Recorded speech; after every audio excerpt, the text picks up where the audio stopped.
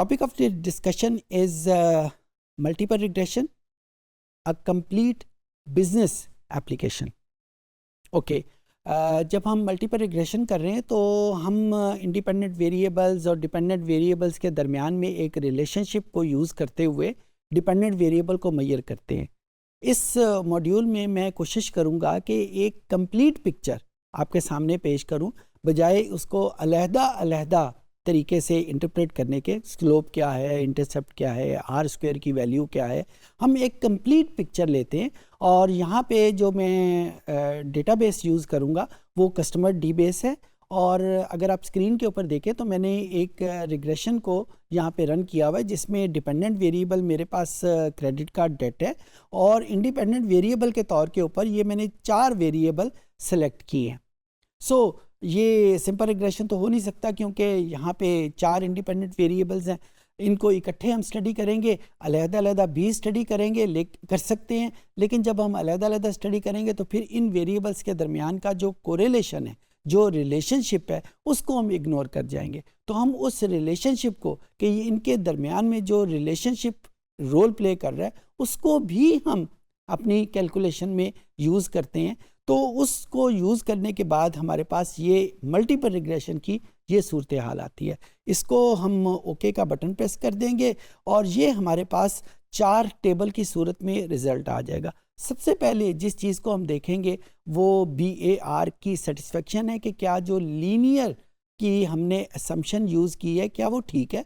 तो यहाँ पे BAR की वैल्यू 0.441 है। तो 0.441 का मतलब ये है कि ये 0.02 से तो काफ़ी ऊपर है, 0.042 से काफ़ी ऊपर है, तो इसका मतलब ये हुआ कि वो BAR की एजम्पशन सेटिस्फाइड है। अब हम आगे जा सकते हैं। आगे जाके सबसे पहले हम आर स्क्वायर को ही इंटरप्रेट करते हैं। तो आर स्क्वायर की इंटरप्रिटेशन ये होती है कि ये इंडिपेंडेंट वेरिएबल की कंप्लीट पावर को आपके सामने रखता है, यानी ये 4 वेरिएबल्स मिल के डिपेंडेंट वेरिएबल को किस हद तक मेजर कर रहे हैं। तो क्योंकि आर स्क्वायर की वैल्यू अगर मैं परसेंटेज में देखूं तो this becomes 44.1%। So that means कि ये 4 वेरिएबल मिल के कंप्लीट रिग्रेशन को या डिपेंडेंट वेरिएबल जो क्रेडिट कार्ड डेट है उसको 44% तक मेजर कर रहे हैं। तो इससे हमारे जहन में ये आ जाता है कि क्रेडिट कार्ड डेट इन 4 वेरिएबल के अलावा भी कुछ वेरिएबल हो सकते हैं जिनसे मेजर होता हो। वो हम 1 बाय 1 और वेरिएबल जो कि हमारी डेटाबेस में मौजूद हैं उनको देख के कर सकते हैं, लेकिन जब हम इन 4 वेरिएबल की बात करेंगे तो सिर्फ 44.1% मेजर होता है। और अगर 44% यहाँ से मेजर हो रहा है तो इसका मतलब क्या हुआ कि 56% अभी क्रेडिट कार्ड की जो वेरिएशन है वो कुछ और वेरिएबल के ऊपर डिपेंड करती है। तो पहला नुक्ता जो है वो आपने ये जहन में रखना है। दूसरे नंबर के ऊपर जो बहुत इम्पॉर्टेंट है, अगर आप टेबल नंबर 4 में देखें जो सब बिल्कुल स्क्रीन के एंड के ऊपर है, मैंने जानबूझ के ऐसे वेरिएबल सेलेक्ट किए हैं जिससे मैं कुछ पॉइंट आपके जहन में रख सकूं। यहाँ पे अगर आप गौर से देखें जो 4 वेरिएबल मैंने सेलेक्ट किए हैं उनमें से जो पहला वेरिएबल इंटरसेप्ट है उसकी सिग्निफिकेंस वैल्यू 0.695 है। इसका मतलब क्या हुआ, ये सिग्निफिकेंट नहीं है। 0.05 से तो काफ़ी ऊपर है ना, तो ये सिग्निफिकेंट नहीं है। दूसरा variable, yes this is a significant variable.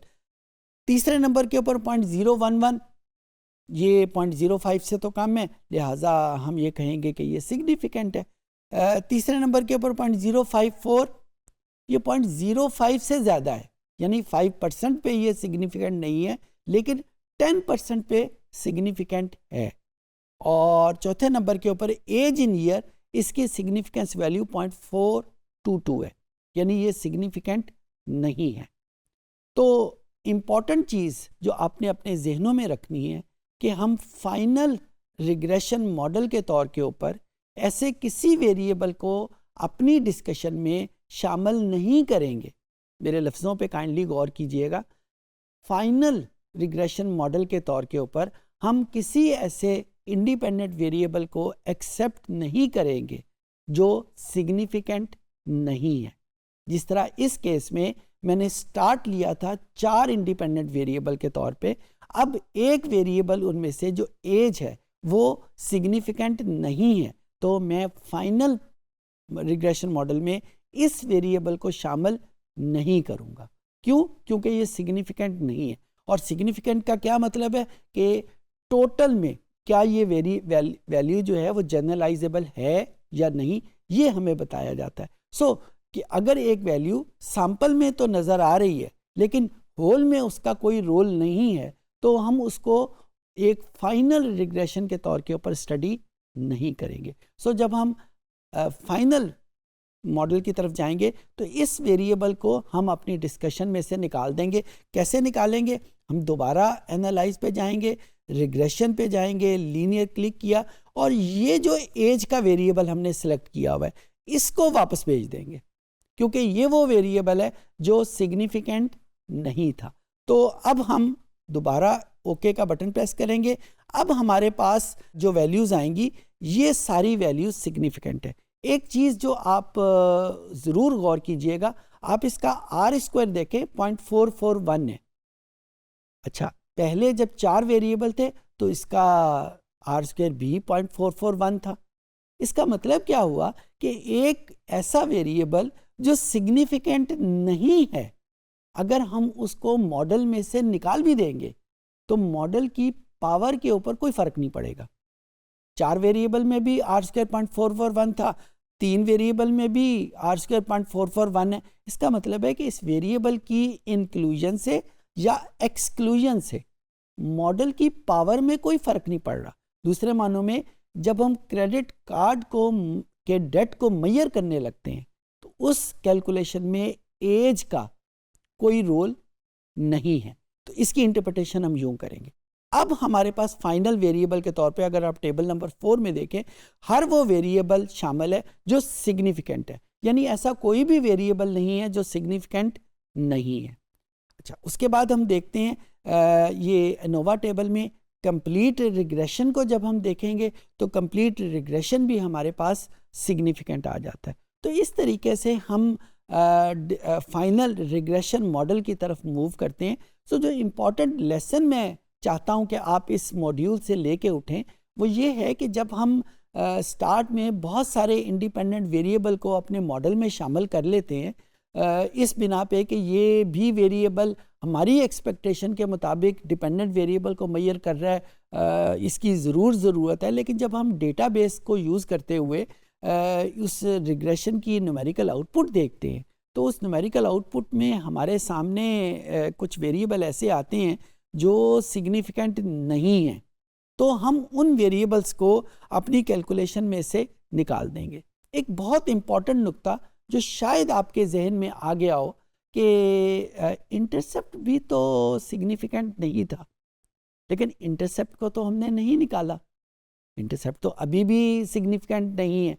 तो इसका जवाब ये है कि इंटरसेप्ट जो है, ये शायद पहले भी किसी लेक्चर में हमने डिस्कस किया था, ये एक मैथमेटिकल नेसेसिटी है, ये हमारी स्टैटिस्टिकल रिक्वायरमेंट नहीं है, ये हमारे मॉडल की कंस्ट्रक्शन या इंटरप्रिटेशन में इसका कोई रोल नहीं है। हाँ, मैथमेटिक्स जब इसके पीछे डील होता है तो इंटरसेप्ट एक बड़े इम्पॉर्टेंट कंपोनेंट के तौर के ऊपर सामने आता है, लिहाजा हम उसको निकाल नहीं सकते। लिहाजा इंटरसेप्ट भले से सिग्निफिकेंट हो भले से सिग्निफिकेंट ना हो, हमने उसको मॉडल में शामिल करना है।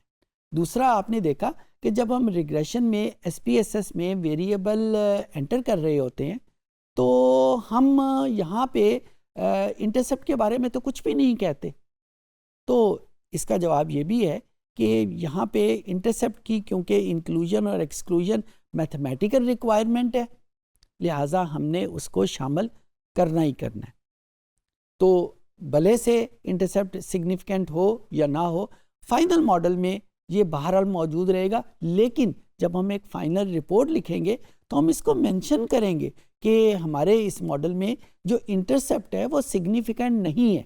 यानी जब हम इसको इंटरप्रेट करने लगेंगे जनरलाइजेशन के हवाले से, तो जनरलाइजेशन इंटरसेप्ट में पॉसिबल नहीं होगी, बाकी सारी वेरिएबल जो हैं वो इंटरसेप्ट रहेंगे। और क्योंकि होल रिग्रेशन एनोवा टेबल की वजह से सिग्निफिकेंट है, लिहाजा इसका शामिल होना कोई माने नहीं रखता।